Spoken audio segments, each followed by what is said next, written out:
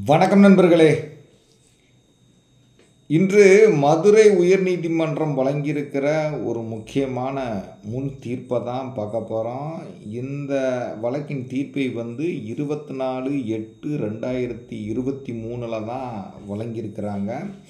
நீதியரசர் கிருஷ்ணன் ராமசாமி அவர்கள் தான் இந்த வழக்கின் தீர்ப்பை வழங்கியிருக்கிறார். இந்த தீர்ப்பை நாம் கட்டாயமாக ஒவ்வொருத்தரும் தெரிஞ்சு வச்சுக்கிடணும். குறிப்பாக ஜூனியர்ஸ் அட்வொகேட் கண்டிப்பாக இந்த தீர்ப்பை தெரிஞ்சு வச்சுக்கிடணும். நிறைய பேர் இது போன்ற சங்கதிகளை கண்டிப்பாக லைஃப்பில் வழக்கு நடத்துனீங்கன்னா சந்திச்சிருப்பீங்க. குறிப்பாக இந்த வழக்கில் என்ன விஷயத்தை டிஸ்கஸ் பண்ணியிருக்காங்க அப்படின்னா, குறுக்கு விசாரணையின் போது ஒரு குறிப்பிட்ட சங்கதியை ஒப்புக்கொண்டு விட்டார் அப்படிங்கிறதுக்காகவே அவருக்கு ஆதரவாக அல்லது எதிராக தீர்ப்பளிக்க முடியுமா அப்படிங்கிற விஷயத்தை டிஸ்கஸ் பண்ணியிருக்காங்க. சுருக்கமாக சொல்லப்போனால், வழக்கு நடக்குது. விட்னஸ் பாக்ஸில் ஏறி இந்த வழக்கில் கண்ட சொத்து பிரதிவாதியினுடைய அனுபவத்தில் தான் இருக்குது அப்படின்னு சொல்லிடுறார். இப்படி வாதியானவர் தனது குறுக்கு விசாரணையின் போது சொத்தின் அனுபவம் பிரதிவாதியின் வசம்தான் இருக்கிறது அப்படிங்கிறதை ஒப்புக்கொண்டிருக்கிறார் அப்படிங்கிறதுக்காகவே வாதியினோட வழக்கை தள்ளுபடி செய்ய முடியுமா? வாதி தான் ஒப்புக்கொண்டுட்டார, பிரதிவாதிக்கிட்ட தான் சொத்து அனுபவம் இருக்குன்னு, அதனால் உனக்கு இன்ஜெக்ஷன் கிடையாது அப்படின்னு சொல்ல முடியுமா அப்படிங்கிறத தான் இந்த வழக்கில் டிஸ்கஸ் பண்ணியிருக்காங்க. நேரடியாக வழக்கின் சுருக்கத்துக்குள்ளே போவோம், இன்னும் உங்களுக்கு ஈஸியாக புரியும். இந்த வழக்கில் வாதிகள் 3 பேர் இருக்கிறாங்க. பூவம்மாள், ஜோதிமணி, கருப்பசாமி என்ற செல்லத்துறை. இதில் அந்த கருப்பசாமியினுடைய மகள் தான் பூவம்மாள். பூவம்மாளின் கணவர் தான் ஜோதிமணி. அப்போ 3வது வாதியான கருப்பசாமிக்கு 1வது வாதி மகள், 2வது வாதி மருமகன். பிரதிவாதிகள் 2 பேர் இருக்கிறாங்க. 1வது பிரதிவாதி பேர் சுந்தர்ராஜ், 2வது பிரதிவாதி பேர் புன்னாவு. இந்த 3வது வாதி கருப்பசாமி இருக்காரு பார்த்தீங்களா, அவருடைய உடன்பிறந்த சகோதரர் தான் 1வது பிரதிவாதி சுந்தர்ராஜ். சுந்தர்ராஜினுடைய மனைவி தான் 2வது பிரதிவாதி. ஆக மொத்தத்தில் இந்த வழக்கில் கண்ட தரப்பினர்கள் நெருங்கிய உறவினர்கள் தான். இப்போ அந்த வாதிகள் கீழமை நீதிமன்றத்தில் ஒரு வழக்கை தாக்கல் பண்ணுறாங்க. அந்த வழக்கில் அவங்க என்ன சொல்கிறாங்கன்னா, இந்த வழக்கில் மொத்தம் நாங்கள் 3 ஐட்ட சொத்தை காட்டியிருக்கிறோம். இந்த 3 ஐட்ட சொத்தும் ஆதியில் மகாலிங்கம் அப்படிங்கிறவருக்கு சொந்தமானது. அந்த மகாலிங்கம் இந்த வழக்கு சொத்துக்களை அவரது மகளான தேவசுந்தரம்பாளின் மகனான 3வது வாதிக்கு 1/12/1984 செட்டில்மெண்ட் செஞ்சிட்டாரு. அதாவது மகாலிங்கத்தினுடைய மகள் பேர் தேவசுந்தரம்பாள். அந்த அம்மாவுடைய மகன்தான் இந்த வழக்கில் கண்ட 3வது வாதி கருப்பசாமி. அப்போ மகாலிங்கம் தாத்தா, அவர் அவரது பேரான கருப்பசாமிக்கு செட்டில்மெண்ட் பண்ணிடுறார். அந்த செட்டில்மெண்ட் அடிப்படையில் இந்த 3வது வாதியான கருப்பசாமி இந்த 3 ஐட்ட சொத்துக்களையும் தன்னுடைய அனுபவத்தில் வச்சு அனுபவிச்சுட்டு வர்றாரு. பிற்பாடு அவர் 14/7/1997 தேதியில் 1-2 வாதிகளான மகளுக்கும் மருமகனுக்கும் ஒரு பதிவு கிரயத்தை செஞ்சு கொடுத்துட்றார். அந்த கிரய காலம் முதல் இந்த வழக்கில் கண்ட 3 ஐட்ட சொத்தும் 1-2 வாதிகளுக்கு பாத்தியப்பட்டு அவருடைய அனுபவத்தில் இருக்குது. இந்த வழக்கில் கண்ட பிரதிவாதிகள் கணவன் மனைவிகள். அதாவது 3வது வாதியின் சகோதரர் தான் 1வது பிரதிவாதி. இந்த வழக்கில் கண்ட 3 ஐட்ட சொத்துக்கும் இந்த பிரதிவாதிகளுக்கும் எந்த சம்பந்தமும் தொடர்பும் கிடையாது. இருந்தாலும் இந்த பிரதிவாதிகள் ஒன்று சேர்ந்து கொண்டு 27/11/1999 முதல் வழக்கு சொத்தின் அனுபவத்திற்கு இடையூறு செய்ய முயற்சி பண்ணாங்க. அதனால் நாங்கள் 3/12/1999 இந்த பிரதிவாதிகளுக்கு நோட்டீஸ் அனுப்பினோம். ஆனால் அந்த நோட்டீஸை பெற்றுக்கொண்ட பிறகும் இந்த பிரதிவாதிகள் தொடர்ந்து அனுபவத்திற்கு இடைஞ்சல் செய்கிறாங்க. அதனால் இந்த 3 ஐட்ட சொத்துக்களுக்கும் அனுபவத்திற்கு இடைஞ்சல் செய்யக்கூடாதுன்னு பிரதிவாதிகளுக்கு எதிராக நிரந்தர உறுத்துக்கட்டளை பரிகாரம் வழங்கணும் அப்படின்னு கேட்டு பிளைண்ட்டாக போடுறாங்க. அப்போ சூட் ஃபார் பேர் இன்ஜெக்ஷன். இந்த வழக்கிற்கு பிரதிவாதிகள் ஒரு ஸ்டேட்மெண்ட் போடுறாங்க. அதில் அவங்க என்ன சொல்கிறாங்கன்னா, வாதிகளின் வழக்கு பொய், வாதிகளின் வழக்கில் கண்டுள்ள விஷயங்கள் உண்மையில்லை, வாதிகளுக்கு வழக்கில் அவர்கள் கேட்டிருக்கிற பரிகாரங்கள் கிடைக்கக்கூடியதில்லை. இந்த வழக்கில் கண்ட 3 ஐட்ட சொத்துக்களும் மகாலிங்கம் அப்படிங்கிறவருக்கு பாத்தியப்பட்டது அப்படிங்கிறது உண்மை. அந்த மகாலிங்கத்தின் மனைவி பெயர் வந்து பாஞ்சாலி. அவர்களுக்கு ஆண் குழந்தைகள் இல்லை, பெண் குழந்தைகள் மட்டுமே வாரிசாக இருக்கிறாங்க. மகாலிங்கம் தனது பேரன் பேத்திகள் சொத்தை அனுபவிக்க வேண்டும் அப்படிங்கிற ஒரு எண்ணத்தில் தான் 3வது வாதியான கருப்பசாமி பேருக்கு ஒரு பேரளவில் ஒரு செட்டில்மெண்ட் எழுதி வச்சார். 3வது வாதிக்கு ஆதரவாக மகாலிங்கம் எழுதி வச்ச செட்டில்மெண்ட் வந்து ஒரு அங்கீகரிக்கப்பட்ட ஆவணம் கிடையாது, அது ஒரு பேரளவில் எழுதப்பட்ட ஆவணம் தான். அந்த செட்டில்மெண்ட் ஆவணத்தின்படி வழக்கு சொத்துக்களின் அனுபவம் இந்த 3வது வாதியின் வசம் ஒப்படைக்கப்படலை. அந்த செட்டில்மெண்ட் சட்டப்படி செல்லாது. அந்த செட்டில்மெண்ட் ஆவணத்தை, அதாவது பேரளவில் எழுதி கொடுக்கப்பட்ட செட்டில்மெண்ட் ஆவணத்தை பயன்படுத்தி இந்த 3வது வாதியான கருப்பசாமி அவருடைய மகளுக்கும் மருமகனுக்கும் செய்த கிரயம் வந்து மோசடியான கிரயம். சொத்தை அபகரிப்பதற்காக மோசடியாக இந்த வழக்கை தாக்கல் பண்ணியிருக்கிறாங்க. இந்த வழக்கு சொத்துக்களானது எங்களுடைய அனுபவத்தில் தான் இருக்குது, வாதிகளுடைய அனுபவத்தில் இல்லை. அதனால் வாதிகளுடைய வழக்கை தள்ளுபடி பண்ணுங்க அப்படின்னு சொல்லி ரிட்டன் ஸ்டேட்மெண்ட்டு போடுறாங்க. இந்த வழக்கில் நீதிமன்றம் இஸ்யூஸ் ஃப்ரேம் பண்ணுறாங்க. வாதிகள் தரப்பில் ஒரு விட்னஸ் விசாரிக்கப்படுறாரு, 8 டாக்குமெண்ட்ஸ் குறியீடு செய்யப்படுகிறது. பிரதிவாதிகள் தரப்பில் 4 விட்னஸ் விசாரிக்கப்படுறாங்க, 5 டாக்குமெண்ட்ஸ் குறியீடு செய்யப்படுது. வாதி தரப்புள்ள ஒரு சாட்சியை விசாரிக்கிறாங்க பார்த்திங்களா, அவர் யாருன்னு பார்த்திங்கன்னா அந்த ஜோதிமணி, அதாவது கருப்பசாமி தானே ஒரு பேர், கருப்பசாமியின் மருமகன், அவர் தான் விட்னஸாக விசாரிக்கப்படுறார். இருதரப்பு ஆவணங்களையும் சாட்சியங்களையும் ஆர்கியூமெண்ட்டையும் கேட்ட விசாரணை நீதிமன்றம் வந்து சூட்டை டிகிரி பண்ணுறாங்க. எப்படி பண்ணுறாங்கன்னா, இந்த வழக்கில் கண்ட சொத்துக்கள் வாதிகளுக்கு தான் பாத்தியப்பட்டது அப்படின்னு சொல்லிடுறாங்க. இன்ஜெக்ஷனை பொறுத்த வரைக்கும் 1-2 ஐட்ட சொத்துக்களை பொறுத்து மட்டும்தான் இன்ஜெக்ஷன் கொடுக்குறாங்க. 3வது ஐட்ட சொத்தை பொறுத்து இன்ஜெக்ஷனை ரெஃப்யூஸ் பண்ணிடுறாங்க. காரணம் என்ன அப்படின்னா, வாதி தரப்பில் சாட்சியாக விசாரிக்கப்பட்ட ஜோதிமணி அவரது குறுக்கு விசாரணையின் போது இந்த வழக்கில் கண்ட 3வது ஐட்ட சொத்து 1வது பிரதிவாதியின் அனுபவத்தில் தான் இருக்குது அப்படின்னு சாட்சியம் அளிச்சிடுறார்.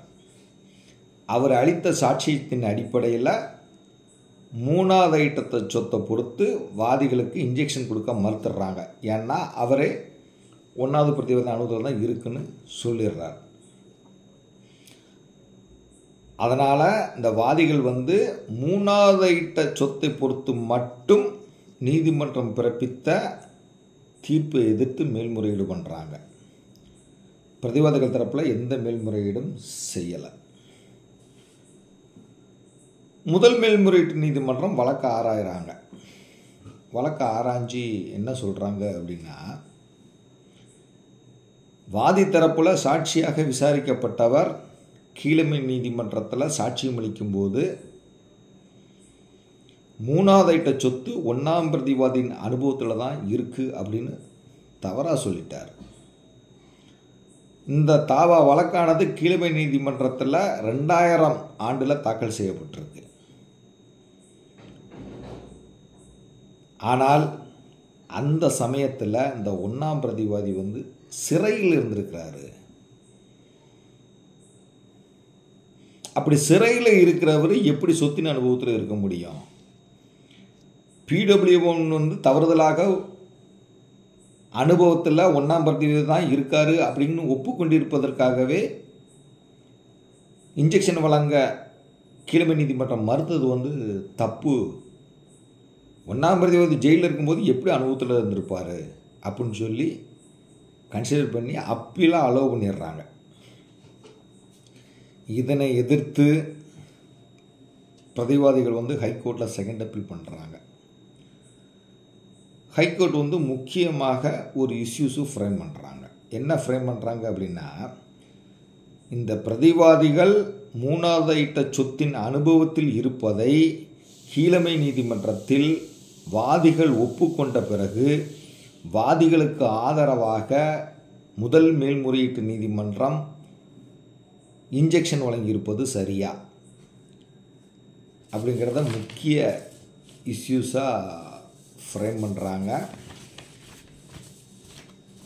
வழக்கு விசாரணை செய்யப்படுகிறது. அப்போ இந்த பிரதிவாதிகள் தரப்பில் ஆஜரான வழக்கறிஞர் முக்கியமாக என்ன வாதத்தை வைக்கிறாருன்னா, கீழமை நீதிமன்றத்தில் PW1 விசாரிக்கப்பட்ட ஜோதிமணி அவரது குறுக்கு விசாரணையின் போது மூணாவது ஐட்ட சொத்தின் அனுபவத்தில் ஒன்றாவது பிரதிவாதி தான் இருக்கிறாரு அப்படின்னு கன்ஃபார்ம் பண்ணிட்டார். மூணாவது ஐட்ட சொத்து தொடர்பாக இந்த பிரதிவாதிகள் தரப்பில் பல ஆவணங்களை தாக்கல் பண்ணியிருக்காங்க. ஆனால் முதல் மேல்முறையீட்டு நீதிமன்றம் அந்த ஆவணங்களை சரியாக பரிசீலனை செய்யலை. வாதிகளே ஒன்றாம் பிரதிவாதியின் அனுபவத்தை ஒப்புக்கொண்ட பிறகு முதல் மேல்முறையீட்டு நீதிமன்றம் மூணாவது ஐட்ட சொத்தை பொறுத்து வாதிகளுக்கு சாதகமாக தீர்ப்பளிச்சிருப்பது தப்பு. வாதிகளே ஒப்புக்கொண்ட பிறகு அதை எப்படி கோர்ட்டு மாற்ற முடியும் அப்படின்னு ஒரு ஆர்கியூமெண்ட்டை வைக்கிறாங்க. வாதிகள் தரப்பில் ஆஜரான வழக்கறிஞர் என்ன வைக்கிறாங்க அப்படின்னா, பிரதிவாதிகள் தரப்பில் ஆவணங்கள் தாக்கல் பண்ணியிருக்கிறாங்க. ஆனால் அந்த ஆவணங்கள் எல்லாமே 1-2 ஐட்ட சொத்துக்கள் தொடர்பானது. 1-2 ஐட்ட சொத்துக்கள் வாதிகளுக்கு பாத்தியப்பட்டதுன்னு கீழமை நீதிமன்றம் முடிவு பண்ணிட்டாங்க. அதனை எதிர்த்து இந்த பிரதிவாதிகள் எந்த அப்பீலும் போகலை. இந்த பிரதிவாதிகள் தரப்பில் தாக்கல் செஞ்சிருக்கிற ஆவணங்களுக்கும் இந்த வழக்கு மூணாவது ஐட்ட சொத்துக்கும் எந்த சம்பந்தமும் தொடர்பும் கிடையாது. PW1 விசாரிக்கப்பட்ட ஜோதிமணி அவரது குறுக்கு விசாரணையின் போது மூணாவது ஐட்டம் ஒன்றாவது பிரதிவாதியின் அனுபவத்தில் இருப்பதாக ஒப்புக்கொண்டிருக்கிறாரே தவிர மூணாவது ஐட்ட சொத்து இந்த ஒன்றாவது பிரதிவாதியின் அனுபவத்தில் தான் இருக்குது அப்படிங்கிறதை உறுதிப்படுத்துவதற்காக எந்த டாக்குமெண்ட்டையும் ஒன்றாவது பிரதிவாதி தாக்கல் பண்ணலை. கீழமை நீதிமன்றத்தில் வழக்கானது 2000 தாக்கல் செய்யப்பட்டிருக்கு. ஆனால் இந்த ஒன்றாவது பிரதிவாதி 1998 முதல் 2003 வரை வேறு ஒரு கேஸில் சிறையில் இருந்தார். அப்போ ஜெயிலில் இருக்கிறவர் எப்படி சொத்தின் அனுபவத்தில் இருந்திருப்பார்? வழக்கு சொத்தின் அனுபவத்தில் ஒன்றாவது பிரதிவாதி ஜெயிலில் இருந்திருப்பதனால அவர் பொசிஷனில் இருப்பதற்கான வாய்ப்பே இல்லை. இதை முதல் மேல்முறையீட்டு நீதிமன்றம் மிக சரியாக கன்சிடர் பண்ணி தான் வாதிகள் போட்ட அப்பீலை அலோவ் பண்ணியிருக்காங்க. அதனால் அந்த தீர்ப்பில் எந்த மாற்றத்தையும் செய்ய வேண்டியதில்லை அப்படின்னு சொல்லி வாதாடுறாங்க. இருதரப்பு வாதங்களையும் ஹைகோர்ட் கேட்குறாங்க. கேட்டுட்டு ஹைகோர்ட் என்ன சொல்கிறாங்கன்னா, இந்த வழக்கில் கண்ட 1-2 ஐட்ட சொத்துக்களை பொறுத்த வரைக்கும் எந்த பிரச்சனையும் இல்லை. ஒரே பிரச்சனை மூணாவது ஐட்ட சொத்தை பொறுத்த மட்டும்தான். மூணாவது ஐட்ட சொத்தின் அனுபவத்தில் ஒன்றாவது பிரதிவாதி இருப்பதாக கீழமை நீதிமன்றத்தில் சாட்சியம் அளிக்கும் பொழுது வாதி தரப்பில் ஒப்புக்கொண்டு இருக்கிறாங்க. ஆனால் இந்த வழக்கானது 2000 தாக்கல் செய்யப்பட்டிருக்கு. இந்த 1வது பிரதிவாதி 1998 முதல் 2003 வரை வேறு ஏதோ ஒரு கேஸில் ஜெயிலில் இருந்திருக்கிறார். ஆதாரம் தெளிவாக இருக்குது. அதை தவிர 3வது ஐட்ட சொத்தானது இந்த 1வது பிரதிவாதியின் அனுபவத்தில் தான் இருக்குது அப்படின்னு காட்டுவதற்காக எந்த டாக்குமெண்ட்டும் இல்லை. இந்த பிரதிவாதிகள் பக்கம் தாக்கல் செஞ்சுருக்கிற ஆவணங்கள் எல்லாமே வழக்கு 1, 2 ஐட்ட சொத்துக்களை பொறுத்து தான். 3வது ஐட்டத்தை பொறுத்து எந்த டாக்குமெண்ட்டும் இல்லை. இந்த பிரதிவாதிகள் தரப்பில் தாக்கல் செஞ்சுருக்கிற டாக்குமெண்ட்ஸுக்கும் 3வது ஐட்ட சொத்துக்கும் எந்த சம்மந்தமும் இல்லை. PWO 1ஆக விசாரிக்கப்பட்ட ஜோதிமணி சாட்சியம் அளிக்கும்போது 3வது ஐட்ட சொத்தின் அனுபவத்தில் 1ஆம் பிரதிவாதி இருக்கிறார் அப்படிங்கிறத ஒப்புக்கொண்டிருக்கிறார். அப்படிங்கிறதுக்காகவே இன்ஜெக்ஷனை கீழமை நீதிமன்றம் வழங்க மறுத்திருப்பது தப்பு. ஆனால் அதை மேல்முறையீட்டு நீதிமன்றம் வந்து மிக சரியாக கன்சிடர் பண்ணிட்டாங்க. சாட்சியம் அளிக்கும்போது ஒருத்தர் ஒப்புக்கொண்டிருக்கிறார் அப்படிங்கிறதுக்காகவே அவருக்கு ஆதரவாகவோ எதிராகவோ தீர்ப்பளிக்க முடியாது. உறுதிப்படுத்தும் வகையில் ஆதாரங்கள் இருக்கணும் அப்படின்னு சொல்லி முதல் மேல்முறையீட்டு நீதிமன்றம் வந்து மிக சரியாக தான் தீர்ப்பு வழங்கியிருக்காங்கன்னு சொல்லி அப்பீலை டிஸ்மிஸ் பண்ணி உத்தரவிட்டாங்க. இப்போ அந்த வழக்கு தீர்ப்பில் வந்து நாம் என்ன தெரிஞ்சுக்கிடணும்? ஒரு சிவில் வழக்கு நடக்குது. நாம் நீதிமன்றத்தில் கூண்டில் ஏறி சாட்சியம் அளிக்கிறோம். ஒரு சங்கதியை ஆமான்னு ஒத்துக்கிட்டோம் அல்லது இல்லைன்னு மறுத்துக்கிட்டோம். அதற்காகவே நீதிமன்றம் வந்து தீர்ப்பளிச்சிட முடியாது. அந்த ஆமா இல்லை அப்படிங்கிறத சொல்லிட்டாங்க அப்படிங்கிறதுக்காகவே சாதகமாகவோ அல்லது எதிராகவோ தீர்ப்பளிக்க முடியாது. அதை உறுதிப்படுத்தும் வகையில் ஆவணங்கள் இருக்கணும். இந்த வழக்கை நல்லா கவனிங்க. 3வது ஐட்ட சொத்தை பொறுத்த வரைக்கும் தான் பிரச்சனை. PWO 1 சாட்சியம் அளிக்கும் போது 3வது ஐட்ட சொத்து 1வது பிரதிவாதி அனுபவத்தில் இருக்குது அப்படின்னு சொல்லிடுறாரு. ஆனால் 3வது ஐட்ட சொத்து 1ஆம் பிரதிவாதியின் அனுபவத்தில் இருக்குது அப்படின்னு காட்டுறதுக்கு எந்த டாக்குமெண்ட்டும் இல்லை. இதைத்தான் நம்ம கவனிக்கணும். அப்போ சாட்சியம் அளிச்சிட்டாரு அப்படிங்கிறதுக்காகவே விசாரணை நீதிமன்றம் இன்ஜெக்ஷன் கொடுக்காமல் ரிவ்யூஸ் பண்ணுறாங்க. ஆனால் ஹைகோர்ட் என்ன சொல்கிறாங்க? அவன் சாட்சியம் அளிச்சிட்டான், தப்பாக கூட அளிச்சிருப்பான். உண்மையிலே பொசஷனில் இருந்தால் டாக்குமெண்ட் வேணும்ல. டாக்குமெண்ட்டே இல்லாத நிலையில் ஒரு மனுஷன் கூண்டில் ஏறி ஒரு தடுமாறி ஒரு வார்த்தையை தப்பாக சொல்லிட்டான் அப்படிங்கிறதுக்காகவே அவனுடைய சொத்துரிமையை பறிக்கக்கூடாது, பறிக்க முடியாது அப்படிங்கிறது தான் இந்த தீர்ப்பு வந்து தெளிவாக சொல்லுது. இந்த தீர்ப்பினுடைய முழு விவரத்தையும் நான் டிஸ்கிரிப்ஷன் பாக்ஸில் கொடுக்குறேன், படித்து பாருங்கள். கட்டாயமாக அனைவரும் தெரிந்து வைத்துக் கொள்ள வேண்டிய தீர்ப்பு. நம்ம நிச்சயமாக நம்முடைய வழக்குகளில் இந்த தீர்ப்பை கட்டாயமாக பயன்படுத்தி கொள்ள முடியும். சிம்பிளாக இந்த வழக்கு தீர்ப்பு என்ன சொல்லுதுன்னா, நீதிமன்றத்தில் சாட்சியம் அளிக்கும்போது உணர்ச்சி வசப்பட்டோ அல்லது தவறுதலாகவோ சாட்சியம் அளிச்சிட்டால் அதை பிடிச்சிக்கிட்டே நீதிமன்றம் தீர்ப்பு சொல்லக்கூடாது. ஆதாரங்கள் ஆவணங்கள் அடிப்படையில் தான் தீர்ப்பு சொல்லணும் அப்படின்னு தான் இந்த தீர்ப்பு சொல்லுது. தீர்ப்பு படித்து பாருங்கள். கட்டாயமாக உங்கள் அனைவருக்கும் பயன்படும். நன்றி.